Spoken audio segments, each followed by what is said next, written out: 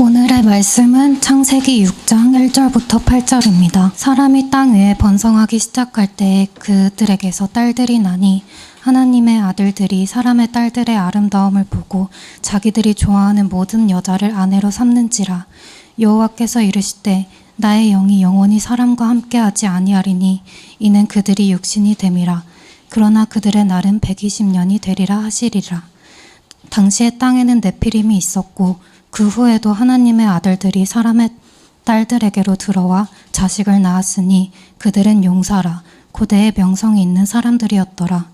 여호와께서 사람이 죄악이 세상에 가득함과 그의 마음으로 생각하는 모든 계획이 항상 악할 뿐임을 보시고 땅 위에 사람 지으셨음을 한탄하사 마음에 근심하시고 이르시되 내가 창조한 사람을 내가 지면에서 쓸어버리되 사람으로부터 가축과 기는 것과 공중의 새까지 그리하리니 이는 내가 그것들을 지었음을 한탄함이니라 하시니라. 그러나 노아는 여호와께 은혜를 입었더라. 아멘. 지난주에 우리가 다룬 것처럼 아담의 7대 손이며 셋의 6대 손인 에녹은 65세에 무드셀라를 낳고 그 후 정신을 똑바로 차리고 300년 동안 철저하게 하나님과 동행합니다. 그러자 하나님께서는 에녹의 믿음을 너무나 기뻐하신 나머지 그가 죽음을 맛보지 않게 하시고 하늘로 데려가셨어요. 그리고 에녹이 낳은 무드셀라는 187세에 라멕을 낳습니다. 그리고 라멕은 182세에 노아를 낳습니다. 이때 노아라는 이름의 뜻은 여호와께서 땅을 저주하심으로 수고롭게 일하는 우리를 이 아들이 안위하리라 라는 뜻입니다. 사실 에녹은 무드셀라를 낳은 후에 세상의 멸망에 대한 예언을 하나님께로부터 받았습니다. 그 이유는 무드셀라라는 그 이름 자체가 메시지였기 때문입니다. 그러므로 무드셀라는 세상이 멸망할 것을 알고 있었고 그의 아들 라멕 역시 세상이 멸망할 것을 알고 있었습니다. 그리고 당연히 라멕의 아들 노아 역시 무드셀라가 죽는 해에 그가 죽게 되면 세상이 멸망할 것을 알고 있었습니다. 무드셀라가 187세에 라멕을 낳고 라멕이 182세에 노아를 낳았으니 노아가 태어난 때는 무드셀라가 369세가 되던 해였어요. 노아는 500세가 될 때까지 아이를 낳지 못했습니다. 그리고 500세부터 아이를 낳게 되었는데 셈과 함과 야벳을 낳았어요. 사실 나이 순서로 하면 야벳, 셈, 함입니다. 그러나 성경은 여자의 그 후손으로 이어지는 믿음의 계보가 가장 중요하기 때문에 셈을 먼저 언급합니다. 그러므로 무드셀라가 969년에 죽었을 때 노아의 나이가 600세가 되면서 대홍수가 터졌습니다. 이때는 아담이 지음 받은 지 1656년이 되던 해이고 우리의 태양력으로 하면 주전 2518년입니다. 한편 노아의 아버지 라멕은 홍수가 발생하기 5년 전에 죽었는데 그때 라멕은 777세였고 노아는 595세였습니다. 라멕이 죽을 때 그의 아버지 무드셀라는 아직 살아 있었습니다. 그때 무드셀라의 나이는 964세입니다. 제가 공대를 나왔다 보니까 맨날 숫자를 이렇게 열심히 좋아해요.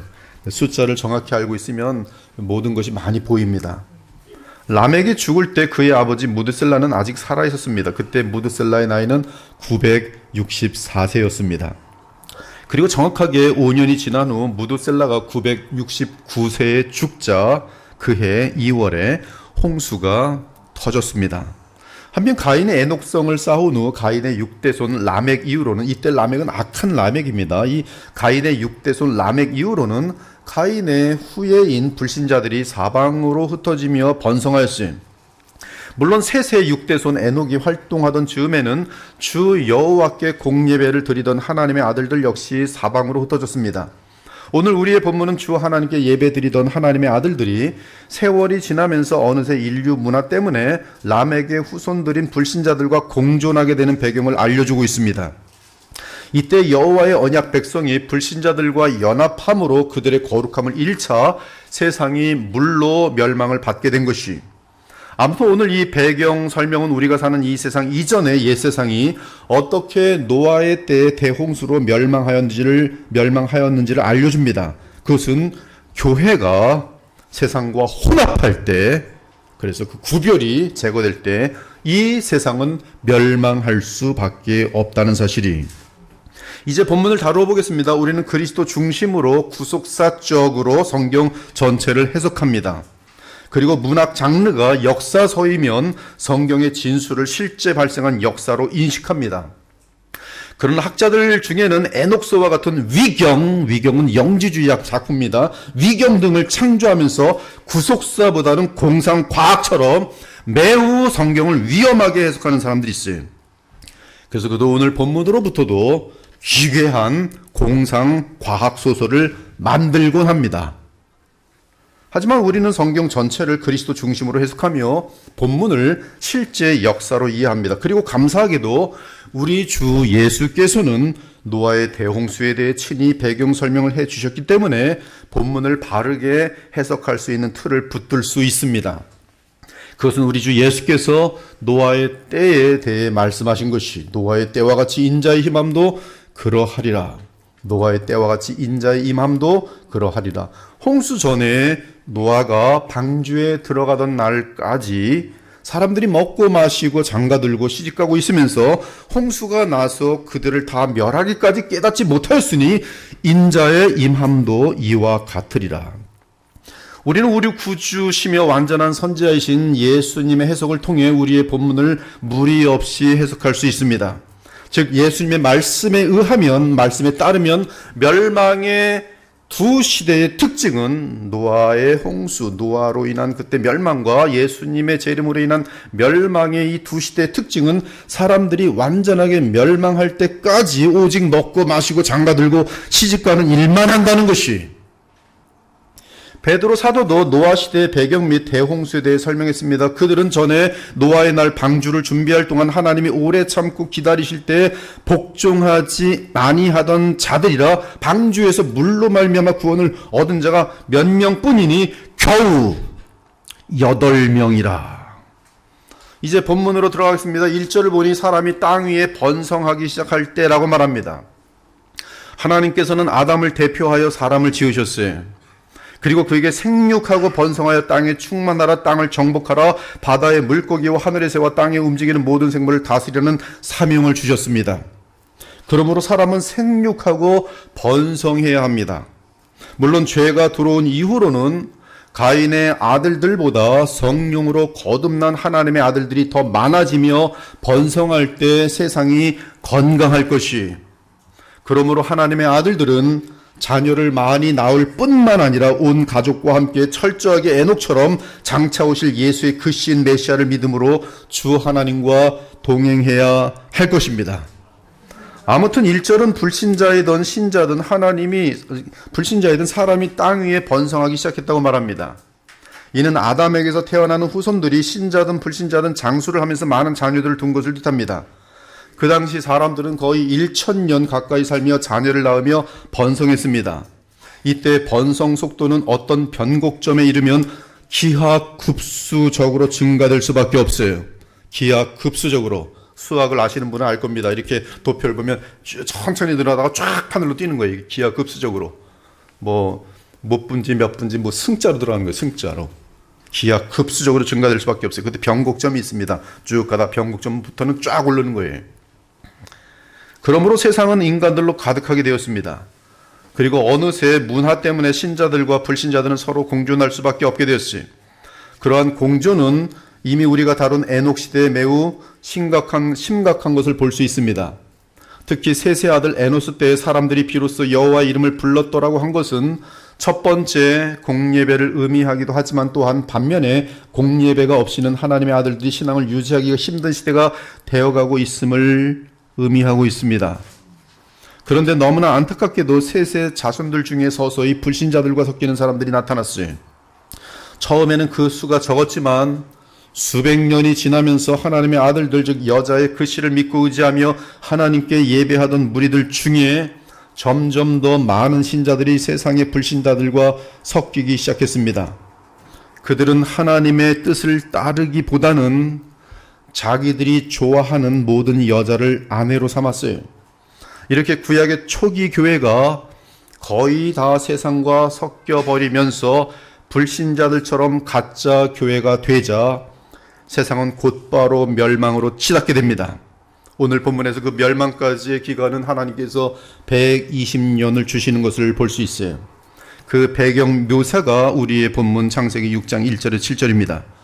그리고 그 기간에 노아의 방주가 준비됩니다. 이로써 하나님은 온 세상을 멸망시키면서도 노아와 그 가정을 보존하셨습니다.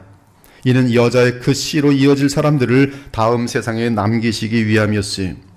사랑하는 여러분, 사람이 땅 위에 번성하는 것은 하나님의 뜻입니다.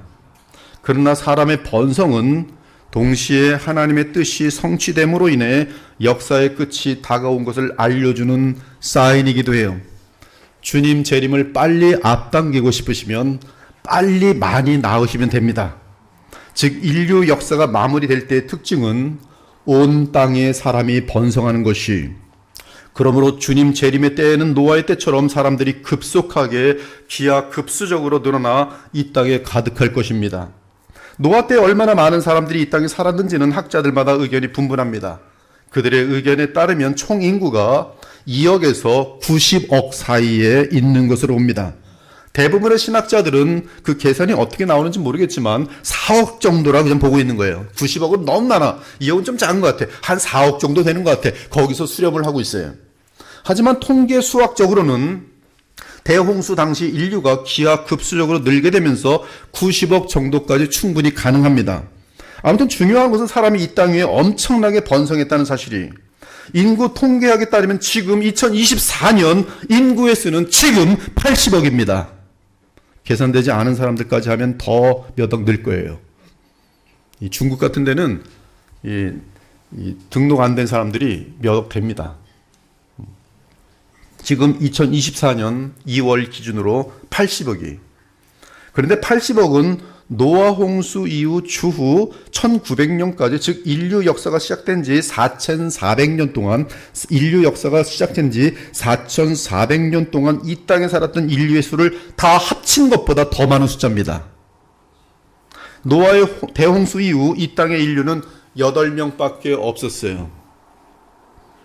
그리고 인구 통계 조사에 따르면 노아 홍수 이후 1200년 정도가 지난 후인 주전 1300년에는 인구가 1억이었습니다. 즉 8명에서 주전 1300년 때 1억이 된 것이, 그리고 그 후 1300년이 지난 후 예수님 당시, 주전 1300년, 그래서 1300년 지나면 예수님 당시가 되죠. 예수님 당시 인구는 2억이었어요. 그 후 1000년이 지난 서기 1000년에는 인구가 3억 5천이었습니다. 그리고 800년이 지난 후 서기 1800년에는 세계 인구는 10억이 되었어요. 서기 1900년에는 세계 인구가 16억이 되었고요. 1550년에 세계 인구는 36억이 되었으며 서기 2000년에는 50억이 되었습니다. 저도 이 기간에 인구에 대해서 관심이 많아갖고 50억이 되었다 이런 얘기 많이 들었어요. 그 50억이 된 때가 서기 2000년이에요. 2000년. 그리고 2000년에서 겨우 24년이 지난 지금 서기 2024년 초 세계 인구는 80억입니다. 즉 2000년에 들어와서 인류의 증가는 기하급수적으로 증가하는 것이 정확히 보여져요. 50억에서 80억이 됐어요. 24년 만에. 100세 미만을 사는 이 시대에 1900년부터 2024년까지, 즉 정확하게 한 124년 이 동안에 16억에서 80억으로 늘어난 것을 볼 때 대홍수 이전에 1000년 가까이 사는 사람들에게서 120년의 기간은 어마어마한 인구 증가를 예측해 볼 수 있습니다.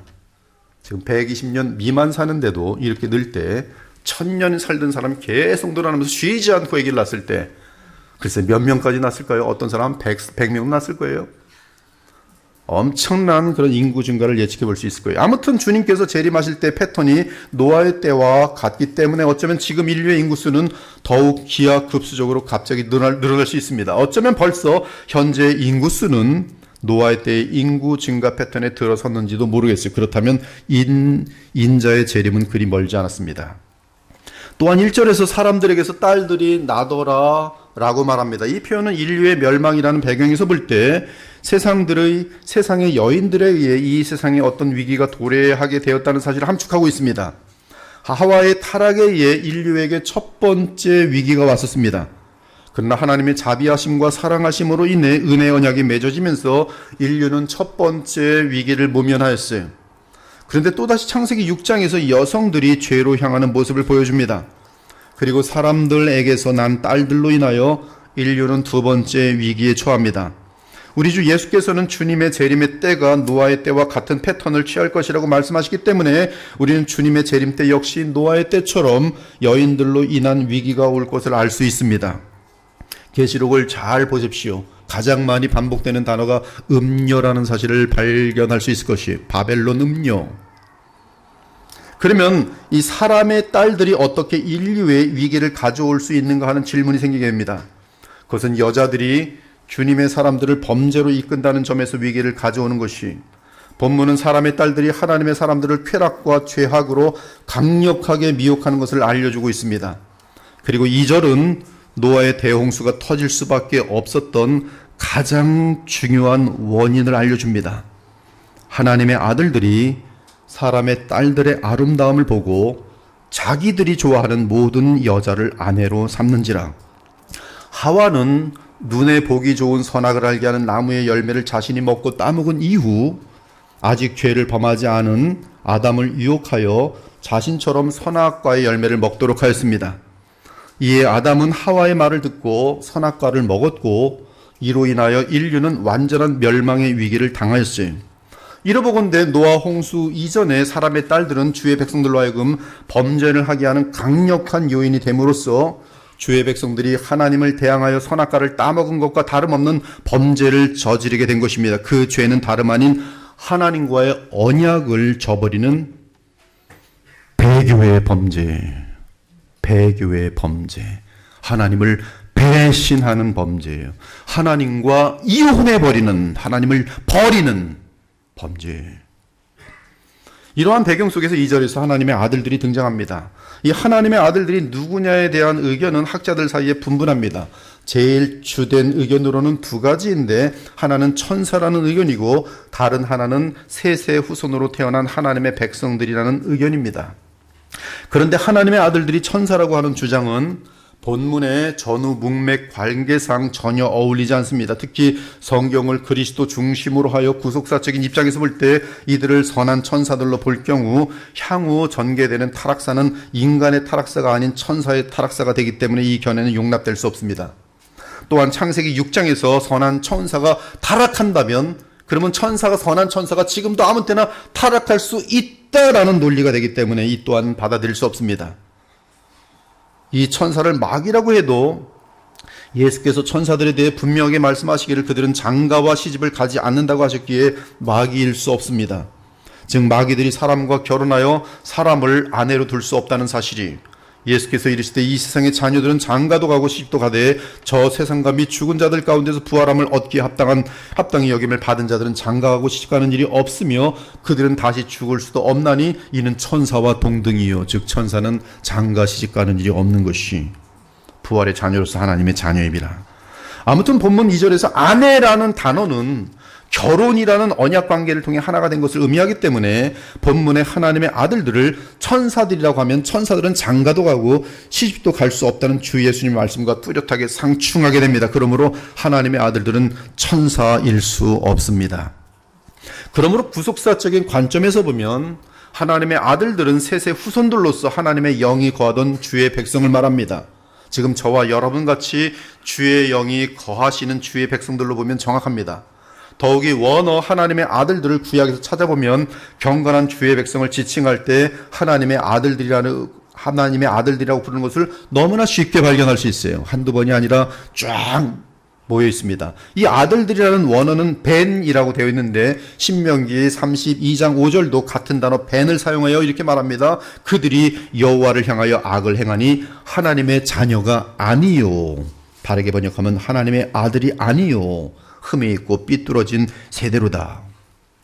호세아서 역시 주의 백성을 향해 같은 표현을 사용합니다. 그러나 이스라엘 자손의 수가 바닷가에 모래같이 되어 헤아릴 수도 없고 셀 수도 없을 것이며 전에 그들에게 이르기를 너희는 내 백성이 아니라 한 그곳에서 그들에게 이르기를 너희는 살아계신 하나님의 아들들이라 할 것이라. 아삽이 시편에서 같은 표현을 합니다. 내가 만일 스스로 이르기를 내가 그들처럼 말이라 하였더라면 나는 주의 아들들 여호와의 아들들의 세대에 대하여 악행을 행하였으리다. 세상에 잘되는 형통을 보면서 하나님을 향하여 내가 불만하면서 내가 나의 제자들에게 잘못 얘기했더라면 그들이 이 잘못 내가 악행으로 인도하였을 뻔하였도다. 나는 하나님의 아들들의 세대에 대하여 악행을 행하였을 뻔하였도다. 이러보건대 하나님의 아들들은 하나님의 영이 거하시는 믿음의 백성들을 의미합니다. 반면 사람의 딸들은 가인 계통에서 태어난 불경건한 자녀들을 말합니다. 그들은 하나님의 아들들과 대응되는 또는 대조되는 불신앙의 여인들로서 하나님을 경외함이 없는 세상 여인들을 말합니다. 솔로몬에게 가장 큰 수치를 느헤미야는 이방 여인들과의 결혼으로 두고 있어요. 그런데 사람의 딸들은 아름다웠습니다. 인간의 눈에 탐스러웠어요. 이는 외적으로 뛰어난 미모를 가진 것을 뜻합니다. 물론 사람의 딸들이 다 미모가 뛰어났다는 뜻은 절대 아닙니다. 하나님의 아들들 눈에 미모의 여인들이 보였다는 뜻이에요. 솔로몬에게 미모의 이방 계집들이 보인 것처럼 하나님의 아들들이 사람의 딸들 중에 아름다운 여인을 보고 아내로 취하였다는 뜻이에요.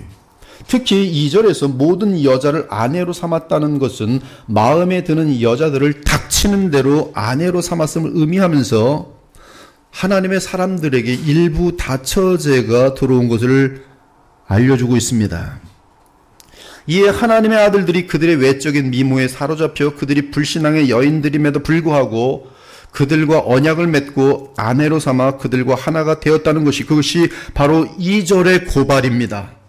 즉 진리와 빛의 자녀라고 할 수 있는 하나님의 아들들이 카인의 후예인 불신자의 딸들과 인간적인 사랑에 빠져 서로 언약을 맺고 닥치는 대로 아내를 삼는 그러한 모습이에요. 그래서 이상한 가정이 생겨나게 된 것입니다. 그러므로 2절에서 하나님의 아들들이 사람의 딸들을 아내로 취하였다는 것은 정확하게 하나님의 아들들이 그들과 결혼 언약을 맺고 육체적으로 하나가 된 것을 의미해요.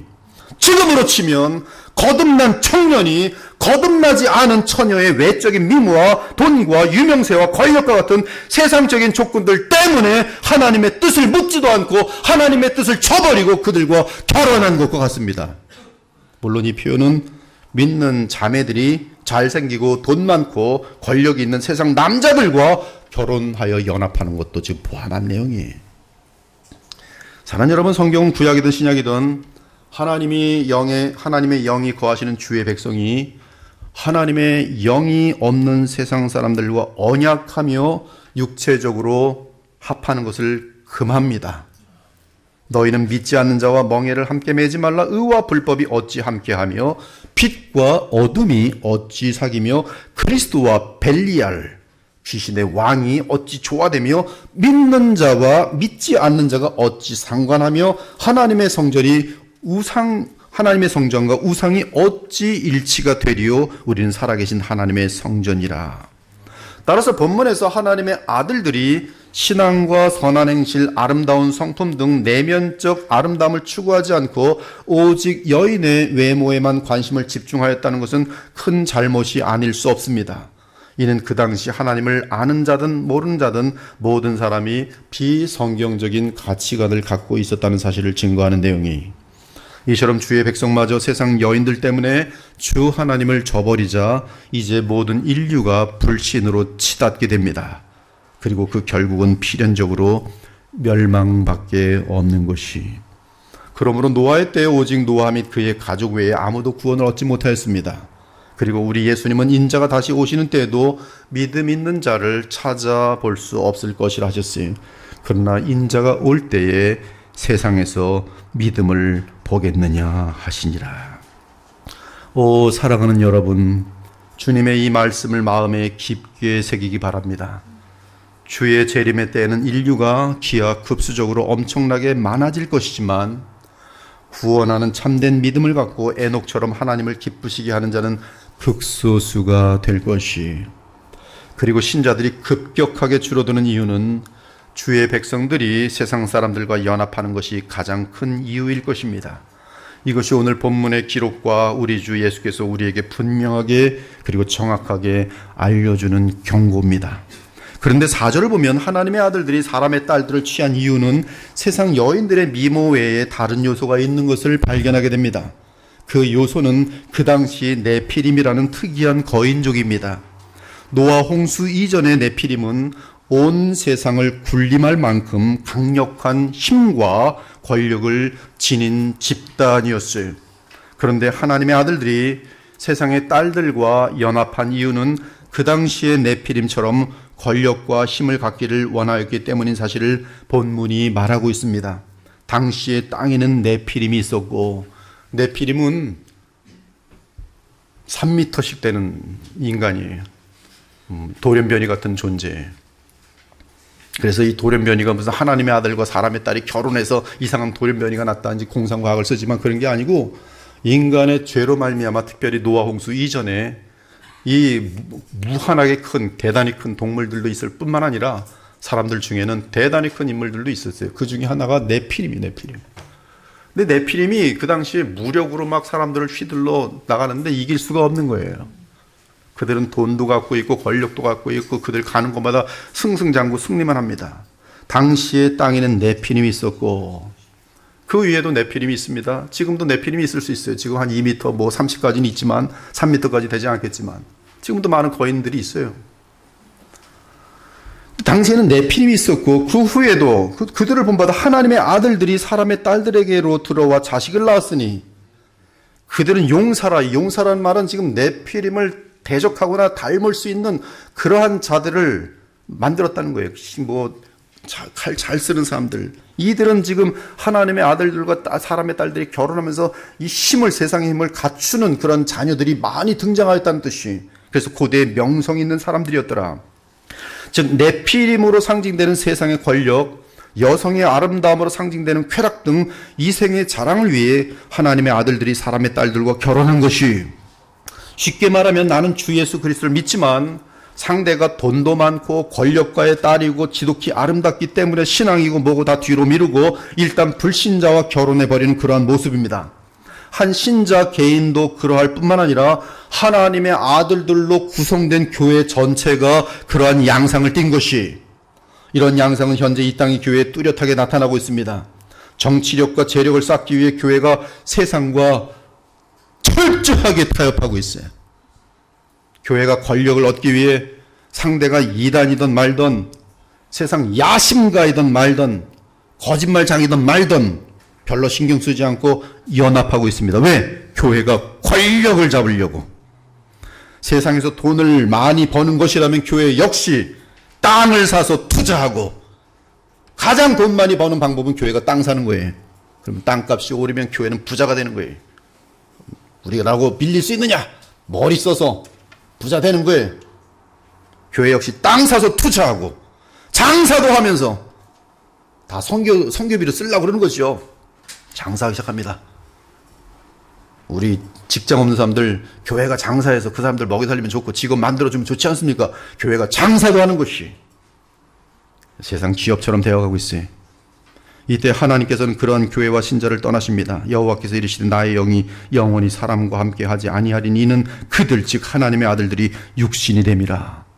세상 사람들과 다를 바 없이 돼버린 것이, 일반적으로 부모가 둘 다 믿음이 있더라도 세상과 타협하는 위선적 신앙을 취할 때 그들의 자녀들은 믿음을 잃는 경우가 허다합니다. 하나님과 동행하던 에녹 때만 하더라도 이미 여호와 이름을 부르는 구약 교회 공동체 내에 사람의 딸들과 연합한 자들이 생겨나면서 교회 내에 불신자들이 가득하게 되었으니 현재 이 시대의 유럽의 교회들은 그리 얼마 지나지 않았습니다. 한 50년밖에 지나지 않았어요. 70년밖에 지나지 않았어요. 어마어마한 부흥의 역사들이 있었던 유럽 네덜란드 같은데 지금은 동성애들의 본거지입니다. 전 세계적으로 이 동성애들을 합법화시킨 1등이 네덜란드. 독일 같은데 교회 가봤자 도깨비들만 잔뜩 있고요. 그리고 많은 프랑스에 또 무슨 영국의 교회들은 지금 장사판 다 들어와서 거기서 술집하고 있습니다. 이 시대 유럽의 교회들은 이러한 모습을 입증해주고 있어요. 한국 교회도 어쩌면 그리 멀지 않았을지도 몰라요. 이에 5절 이하를 보면 믿는 자가 거의 사라진 세상을 묘사해 줍니다. 여호와께서 사람의 죄악이 세상에 가득함과 그의 마음으로 생각하는 모든 계획이 항상 악할 뿐임을 보시고 땅 위에 사람 지으셨음을 한탄하사 마음에 근심하시고 이르시되 내가 창조한 사람을 내가 지면에서 쓸어버리라. 이는 내가 그것들을 지었음을 한탄함이니라 하시니라. 우리는 여기서 사람의 죄악이 세상에 가득하고 마음으로 생각하는 모든 계획이 항상 악하다고 할 때 그 관점은 하나님의 관점이라는 사실을 알아야 합니다. 즉 인간들끼리 그들의 기준으로 보는 도덕적인 죄가 아니라 하나님 창조주께서 보시는 죄의 관점이, 그러므로 예수님께서 말씀하신 것처럼 노아 시대는 그저 밥 먹고 놀고 일하고 계획하고 수고하는 모습일 수 있습니다. 이러한 모습은, 그저 밥 먹고 놀고 일하고 계획하는 모습은 인간적인 입장에서 볼 때는 죄라고 보기에 애매할 수 있어요. 그러나 하나님의 관점에서 볼 때 그들은 계속 한없이 부패할 수밖에 없는 죄인들, 즉 사탄의 종노릇을 하는 악인일 뿐이었어요. 사랑 여러분, 부패한 인간들이 바벨탑을 쌓을 때 인류는 서로 하나가 되었습니다. 이를 인간 측에서 볼 때는 권력에 의해 질서가 유지되면서 운영되는 조직이라고 할 수 있어요. 서로 협동하는 모습처럼 보일 수 있습니다. 그러나 바벨탑의 문제는 하나님을 고려치 않았다는 데 문제가 있어요. 노아 시대 역시 마찬가지입니다. 즉 하나님의 관점에서 볼 때 인간의 죄는 하나님을 망각하고 하나님을 감사하지 않고 하나님을 예배하지 않는 것이, 무엇보다 하나님과 만날 수 있는 유일한 길인 여자의 글씨, 즉 메시아를 믿지 않고 찾지 않고 의지하지 않고 기대하지 않고 기다리지도 않는 것, 그것이 하나님, 성삼위 하나님 보실 때는 피조물들의 반란이나 다름이 없는 것이. 이는 다른 말로 하면 사람의 죄악이 온 세상에 가득하고 마음으로 생각하는 모든 계획이 항상 악하다는 것은 그들의 마음과 계획 속에 하나님과 복음은 없고 오직 나와 자신이 속한 공동체만 있는 것이 하나님께서 온 인류를 악하게 보시고 멸망시키신 가장 주된 원인이. 그러므로 죄를 인본주의의 도덕적 관점에서 보면 복음을 깨달을 수 없습니다. 내가 무슨 죄가 있어? 맨날 일만 하는데, 바빠 죽겠는데, 텔레비전 본다고 뭐 그게 죄야? 우리가 성경을 근거로 하여 복음적인 관점에서 죄를 볼 때야 하나님의 관점에서 죄를 볼 수 있는 것이, 즉 돈 벌기 위해 신앙을 잃으면 그것이 배교로서 하나님 앞에 죄입니다. 주 하나님께 감사하는 것과 주 하나님을 영화롭게 하는 것을 망각하면 그것이 죄예요. 세상에서 먹고 사는 일에 시달리거나 여러 가지 오락에 빠짐으로 주 하나님과 그리스도를 계속 잊고 지내면 그것이 죄의 상태입니다. 따라서 하나님의 관점에서는 하나님을 모르고 감사치 않는 자들은 다 죄인이며 악인입니다. 그 이유는 하나님은 그들이 창조주시며 또한 그들에게 모든 좋은 것을 한없이 베푸시는 분이시고 나아가 주께로 돌아와 영생을 얻을 수 있도록 하나님의 아들 메시아를 주기를 원하시는 그러한 사랑과 은혜의 하나님이신데 그분을 망각하고 대항하고 도전하기에 하나님 앞에서 죄가 되는 것이. 그러므로 사도는 주 하나님보다 세상을 더 사랑함이 죄라고 자합니다. 가늠한 여인들아, 세상과 벗된 것이 하나님과 원수됨을 알지 못하느냐. 그런즉 누구든지 세상과 벗이 되고자 하는 자는 스스로 하나님과 원수되는 것이니라. 너희는 하나님이 우리 속에 거하게 하신 성령이 시기하기까지 사모한다 하신 말씀을 헛된 줄로 생각하느냐. 들으라, 너희 중에 말하기를 오늘이나 내일이나 우리가 어떤 도시에 가서 거기서 1년을 머물며 장사하여 이익을 보리라 하는 자들아, 내일 일을 너희가 알지 못하는도다. 너희 생명이 무엇이냐. 너희는 잠깐 보이다가 없어지는 안개니라. 너희가 도리어 말하기를 주의 뜻이면 우리가 살기도 하고 이것이나 저것을 하리라 할 것이거늘 이제도 너희가 하나님을 망각하고 감사치 않으며 그저 인생의 계획을 짜면서 나아갈 때, 그러면서 너희가 자랑할 때 너희가 허탄한 자랑을 하니 그러한 자랑은 다 악한 것이니라. 다 죄니라. 이에 로마 3장에서 바울은 시편을 인용하여 외칩니다. 의인은 없나니 하나도 없으며 깨닫는 자도 없고 하나님을 찾는 자도 없고 다 치우쳐 함께 무익하게 되고, 누구에게? 하나님께 무익하게 되고 선을 행하는 자는 없나니 하나도 없도다. 그들의 목구멍은 열린 무덤이요 그 혀로는 속임을 일삼으며 그 입술에는 독사의 독이 있고 그 입에는 저주와 악독이 가득하고 그 발은 피 흘리는데 빠른지라 파멸과 고생이 그 길에 있어 평강의 길을 알지 못하였고 그들의 눈앞에 하나님을 두려워함이 없느니라. 사랑하는 여러분, 노아 시대의 신자들은 이 세상에서 힘을 쌓기 위해 불신자들과 연합하였어요. 그들은 사람의 딸들의 아름다움을 보고 그들과 언약을 맺고 연합하였습니다. 그러자 주 하나님께서 그들을 떠나셨어요. 물론 그들은 세상의 힘과 자랑이 가득한 불신자와 결혼하였기 때문에 이 세상에서는 네피림처럼 힘을 얻었을 것이, 그러나 그들이 잃어버린 것이 있습니다. 그것은 신앙이 하나님입니다. 그리스도의 이에 주의 영이 그들을 떠났어요. 그 이후 이 세상은 불신자들로만 가득하게 되었습니다. 마치 소돔과 고모라처럼 주를 믿는 의인이 극소수가 되었어요. 소돔과 고모라에서 주를 믿는 의인은 단 한 사람이었어요. 롯, 부패한 롯, 하나님의 은혜로 구원받은 롯. 현 시대로 치면 교회는 많지만 거듭난 자가 거의 없는 현상입니다. 종교는 많지만 구원받은 자들의 모임인 참 교회가 희귀한 것이, 오늘 아침에 신천지를 몇 명이 모이나 보니까 한 15만 명 모이더라고요. 하나님의 교회는 몇 명 모이나 보니까 300만을 모여요. 통일교는 몇 명 모이나 보니까 300만 명이 넘어요. 이거 그리스도의 볼교 지금 100명 되는데, 야, 참 깜깜하구나. 그리고 인류의 멸망은 확정되었습니다. 이제 남은 기간은 120년이, 이에 하늘로부터 내려온 유황이 소돔과 고모라를 전부 태워버린 것 같이 하나님께서는 신자가 극소수인 노아 시대를 큰 홍수로 쓸어버리기를 정하셨어요. 노아 시대의 마지막 끝에 이 땅에 남은 신자가 얼마 있었습니까? 그 남은 신자의 수는 겨우 8명이었어요. 믿어지십니까?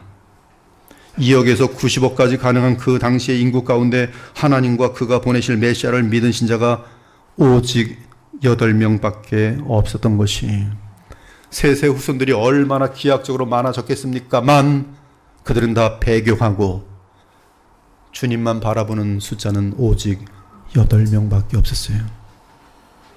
교회가 그렇게 많은데 주님이 예수께서 오시니 구원받는 자는 몇 되지 않고 다 멸망하는 현상이, 얼마 전에 어떤 분이 그러더라고요. 이 세상에서 가장 불쌍한 사람은 가롯 유다다. 왜? 예수님 곁에서 그렇게 오래 있었지만 구원받지 못한 자들, 교회를 그렇게 평생 다녔지만 결국 주님을 알지 못하고 그 복음의 능력대로 살지 못하는 가짜 교인들, 가장 어리석고 불쌍한 자들이라, 비참한 자들이라. 오직 8명이. 이에 하나님께서 사람 지으셨음을 한탄하십니다. 그 이유는 올 인류가 하나님을 대항하며 무관심하며 감사치도 않고 예배하지도 않았기 때문에 그래. 하지만 8절을 보면 그 어둠의 시대 가운데 하나님의 은혜를 입은 사람이 있었지. 바로 노아였어요. 노아는 여호와께 은혜를 입었더라. 이 말씀의 깊이가 깊기 때문에 이것은 또 다음 주에 또 말씀을 나누게 될 것이. 그리고 참 신자인 노아는 에녹처럼 하나님과의 동행을 놓치지 않았습니다. 그것을 정확하게 표현합니다. 노아는 의인이요 당대의 완전한 자라. 그는 하나님과 동행하였더라. 수억 명 가운데 홀로 믿음의 길을 걷는다는 것이 얼마나 어려웠겠습니까? 그러나 그것이 믿음입니다. 여러분, 믿는 사람은 알아요. 하나님과 그리스도 안에서 정말로 교통되기 때문에 내가 혼자든 나랑 함께하는 사람이 숫자가 적던 그것이 중요하지 않습니다. 왜? 영원한 실체를 누리며 보고 확인하고 있기 때문에 그래요. 하나님께서 우리 마음속에 오셔서 증거하고 계시는데요. 온 세상 사람들이 전부 하나님을 영화롭게도 아니하고 그리스도 예수께 관심도 두지 않은 채 죄악에 물들어 가더라도 홀로 그리스도 예수 안에서 하나님과 동행하며 죄에 승리하며 살아가는 것, 죄에 승리하며 살아가는 것, 그것이 믿음이. 사랑하는 여러분, 하나님을 망각하고 사는 인간들은 서로 착취하는 삶으로 나아가도록 되어 있으니, 하나님을 경외하지 않는 인간들의 목적은 세상의 권력과 돈과 쾌락이기 때문에 최고의 내피림이 되는 것이 그들의 궁극적인 목적입니다. 즉 누구도 이길 수 없는 거인들이 되는 것이 그들의 인생의 목적이. 최고의 많은 돈을 벌어보자. 아무리 벌어도 만족하지 못하고 또 벌어버리고, 그래서 내피림이 되는 거예요. 돈에 있어서 내피림, 권력에 있어서 내피림, 유명세에 있어서 내피림. 그 누구도 이길 수 없는 최고의 갑부가 되는 것이며 그 누구도 덤빌 수 없는 최고의 권력자가 되는 것, 그것이 세상 불신자들의 삶의 목적이에요. 근데 거기에 하나님의 아들들이 쏠리면서 그들과 연합하였더라. 그러면서 눈에 보이기에 아름다운 여자들을 셀 수 없이 많이 취하면서 인간의 부패한 욕정을 한없이 채우는 것, 그것이 불신 세상의 목적입니다. 노아 시대의 사람들은 가능한 오래 살면서 자신의 권력과 영광을 누리려고 최선을 다하였지.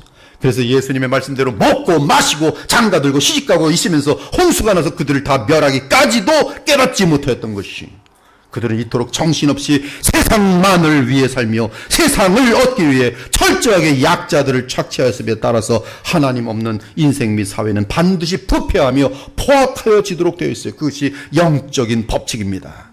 사랑하는 여러분, 하나님께서 이 세상을 아직도 보존하신 이유는 그리스도인들 때문에 그래요. 여러분들 때문에 그래요. 남은 자들 때문에 그래요. 하나님의 영이 거하는 주의 백성들이 이 땅에 존재하기 때문입니다.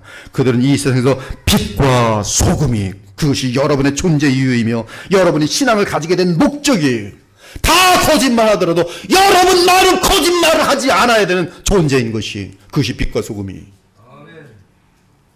그러므로 빛과 소금의 사명은 영원한 보람이 담긴 위대한 복음 전파 사명과 반드시 함께 갑니다.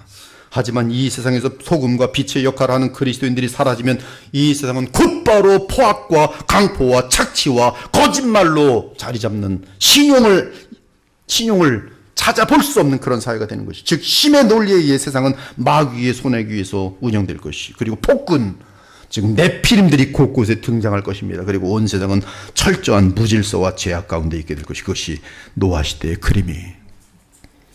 이미 폭군 속에 들어간 나라들 많죠. 그렇죠? 러시아, 북한, 그다음 이슬람 제국들. 무서워요. 여자들이 이거 내렸다고 해서 다 쏴 죽이는 그런 나라들. 지금 이 시대는 어떻습니까? 무엇에 의해 이 시대가 운영되고 있습니까? 네피림으로 상징되는 돈과 권력의 힘이 아닙니까? 사람들의 딸들로 상징되는 쾌락이 아닙니까? 온 세상이 음란에 물들어가고 있지 않습니까? 지난주에 레위기를 읽는데 레위기에서 그토록 경고하는, 경계시키는 엄청난 죄악이 있더라고요. 바로 그 음란이에요. 반복적으로 이만큼 썼는데 뒤에서 또 써요. 음란의 죄라는 것은 굉장히 강한 죄성이로구나. 그럴듯하게들 얼굴도 하고 있지만 어쩌면 혼자 있을 때 음란한 사람들 대단히 많을지도 모르겠어요. 왜? 성경은 정확하게 짚고 지적하고 있기 때문에 그래요. 사람의 딸들로 상징되는 쾌락, 온 세상이 음란에 물들어가고 있지 않습니까? 인간은 최고의 네피림이 되기 위해 잠시도 쉬지 못하고 바쁜 것이 아닙니까? 심지어 그리스도인이라고 하는 자들마저, 교회마저 세상과 짝하고 연합하고 있지 않습니까? 그리고 그러한 교회의 배도가 도를 넘어서서 이제는 동성애자들의 편에 교회가 서고 낙태를 지지하며 우상숭배의 극친 종교 다원화를 지지하고 있는 것이 아닙니까? 하지만 그런 거짓 교회들과 거짓 신자들은 하나님의 무서운 심판으로 영원한 저주를 받게 될 것이, 그러므로 이러한 가짜 교회와 신자들이 창궐할 때 주 하나님은 이 땅과 시대를 버릴 수밖에 없는 것이, 그리고 주께서 이 땅을 버리시면 곧바로 우리 주 예수님의 재림과 함께 주의 거룩하고 공의로운 심판이 온 인류에게 임하는 것이. 11절에 13절을 보면 온 땅이 하나님 앞에서 부패하였다고 하면서 인류의 멸망은 땅과 함께 멸망한다는 사실을 알려줍니다. 하나님이 노아에게 이르시되 모든 혈육 있는 자의 포악함이 땅 위에 가득함으로 그 끝날이 내 앞에 이르렀으니 내가 그들을 땅과 함께 멸하리라. 이 뜻은 하나님께서 친히 공의로 이 땅을 심판하신다는 뜻이, 하나님의 심판을 받게 되는 자들은, 잘 들으십시오, 이것은 진리입니다. 하나님의 심판을 받게 되는 자들은 하나님께서 창조하신 땅, 주의 거룩한 자들의 땅에 발을 댈 수 없도록 되어 있어요. 이것이 하나님께서 불의한 자들에게 내리시는 형벌이에요. 거룩한 땅에 야수들, 더러운 자들, 죄 문제가 해결되지 않은 사람 절대 다니지 못해요. 구약을 읽어보면 주의 백성이 완고한 마음을 가지고 계속적으로 의도적으로 범죄하여 마침내 하나님께서 정하신 도를 넘을 때 그들은 가나안 땅에 머물지 못해요. 흩어집니다. 구약은 땅 이야기로 시작해요. 그리고 예수께서는 땅을 약속하십니다. 하나님의 나라, 온유한 자는 복이 있나니 그들이 땅을 기업으로 받을 것입니다. 사랑하는 여러분, 노아의 때 하나님은 큰 홍수로 온 세상을 쓸어버리시고 온 인류를 땅에서 제거해 버리셨어요. 그들은 어디로 갔습니까? 그들의 시체는 땅으로 돌아갔어요. 하지만 그들의 영혼은 영원한 감옥으로 들어갔어요. 지옥입니다. 음부입니다. 그리스도가 또한 영으로 가서 옥에 있는 영들에게 선포하시니라. 그들은 전에 노아의 날 방주를 준비할 동안 하나님이 오래 참고 기다리실 때 복종하지 아니하던 자들이라. 그들이 어디 있어요? 음부에 있어요. 하지만 노아와 그의 가족은 홍수 이후 새하늘과 새 땅을 기업으로 받습니다. 마찬가지로 믿음으로 이 땅에 산 자들마다 예수님과 예수님의 재림과 함께 임할 불심판 이후 정결해진 이 땅을 영원한 기업으로 받게 될 것이에요. 사랑하는 여러분, 성령으로 거듭나지 않은 자연인은 하나님의 관점에서 볼 때는 죽은 자들과 방불합니다. 나무에서 떨어진 낙엽이 처음에 잠깐 녹색을 띠지만 시간이 지나면 색바른 죽은 낙엽이 되는 것처럼 낙엽은 나무에서 떨어진 순간부터 이미 죽은 것과 다름없어요. 마찬가지로 그리스도 예수와 관련 없는 사람들은 죽은 자들과 같습니다. 이는 생명의 근원이신 하나님과 끊어져 있기 때문에 그래요. 더 늦기 전에 주 예수 그리스도를 믿고 하나님과 연결돼야 돼요. 연결돼야 돼요. 이 어두운 시대에 저와 여러분이 할 일이 무엇입니까? 그것은 믿음을 지키는 것이, 복음을 지키며 전하는 것입니다. 빛과 소금의 역할을 철저히 하는 것이, 거룩히 해야 되는 것이, 정직하고 진실이 돼요. 사탄은 여러분을 어떤 수단과 방법을 통해서든 그리스도를 망각하게 하며 하나님으로부터 멀어지게 할 것이, 주 하나님으로부터 멀어진다는 것은 말씀과 기도 생활 그리고 예배를 등한시하게 된다는 뜻이, 무엇보다 십자가에서 죽으시고 부활 승천하셔서 지금도 살아계셔서 중보자로 계시는 우리 주 예수 그리스도를 소홀하게 대하며 망각하게 할 것이, 그것이 마귀의 궁극적인 목표예요. 만일 우리의 복음이 가리었으면 망하는 자들에게 가려진 것이라. 그 중에 이 세상의 신이 믿지 아니한 자들의 마음을 혼미하게 하여 그리스도의 영광의 복음의 광채가 비치지 못하게 함이니 그리스도는 하나님의 형상이라. 그러므로 죽을 각오를 하고 예수님을 놓치면 안 돼요. 죽을 각오를 하고 성경을 놓치면 안 돼요. 죽을 각오를 하고 공예배를 놓치시면 안 돼요. 만일 여러분이 이러한 믿음을 지니지 못하면 서서히 세상의 내피림과 사람의 딸들에게 굴복하게 되면서 그들에게 아첨하게 되면서 죄에 무너지게 되고 그 곧바로 사탄의 소나기에 들게 될 것이고, 혹시 구원받는다 할지라도 롯처럼 오직 암몬과 모압의 불신 자녀들만 열매로 남게 될 것이, 주님의 재림의 때가 너무나 가까이 왔어요. 인류 역사 가운데 없던 현장들이 너무나 많아요. 이는 새하늘과 새 땅의 새로운 시대 역시 가까이 다가왔다는 뜻입니다. 그렇다면 우리는 무엇을 준비해야 합니까? 그렇습니다. 거꾸로 가세요. 여러분이 준비해야 될 것은 믿음이에요. 오직 믿음. 무릇 하나님께로부터 난 자마다 세상을 이기느니라.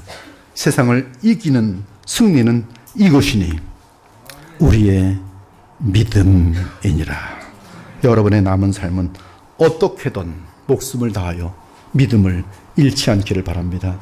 이 예배를 통해서 다시 한번 아름다운 참된 결단을 내리시는 복된 주의 자녀 되시기를 예수 그리스도의 이름으로 축원합니다. 아멘.